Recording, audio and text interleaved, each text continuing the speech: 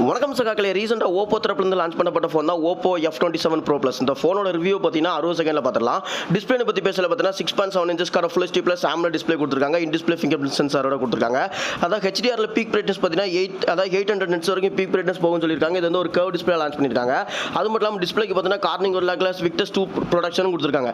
அது மட்டும் இல்லாமல் இந்தியாவிலே ஃபர்ஸ்ட் டைம் பார்த்தீங்கன்னா IP69 water and dust assistant கொடுத்துருக்காங்க. அதாவது IP68 தான் கேள்விப்பட்டிருக்கோம். 69 என்னன்னு கேட்டிங்கன்னா அது நீங்கள் தண்ணியை ஃபோர்ஸ் அடிச்சா கூட அந்த ஃபோனுக்குள்ள வந்து போகக்கூடாது. அதான் IP69 water and dust assistant. அது மட்டும் இல்லாமல் பெர்ஃபார்மன்ஸ் பற்றி பேசல பார்த்தீங்கன்னா பெர்ஃபார்மன்ஸ்க்கு வந்து MediaTek Dimensity 7050 கொடுத்துருக்காங்க. Realme 11 Pro Plusல யூஸ் பண்ண அதே ப்ராசர். கிட்டத்தட்ட Realme 11 Pro Plus என்ன விலைக்கு லான்ச் பண்ணாங்களோ அதே விலைக்கு தான் இதுலேயுமே லான்ச் பண்ணியிருக்காங்க. கேமரா பற்றி பேசல பார்த்தீங்கன்னா ஒரு 64 MP சென்சார் ஒன்று கொடுத்துருக்காங்க. அது மட்டும் இல்லாமல் ஒரு 2 MP சென்சார். செல்ஃபி கேமரா பற்றி பேசல 8 MP சென்சார் கொடுத்துருக்காங்க. 4K video recording front and back ரெண்டுலையுமே கொடுத்துருக்காங்க. 5000 mAh பேட்டரியும் சார்ஜரும் கொடுத்துருக்காங்க. அந்த வீடியோ பிடிச்சிருந்தா லைக் பண்ணுங்க, ஷேர் பண்ணுங்க. ஃபுல் ரிவ்யூ வேணுமா அப்படிங்கிற மறக்காம கமெண்ட் பண்ணுங்க. என் பேர் ஹரி, நீங்க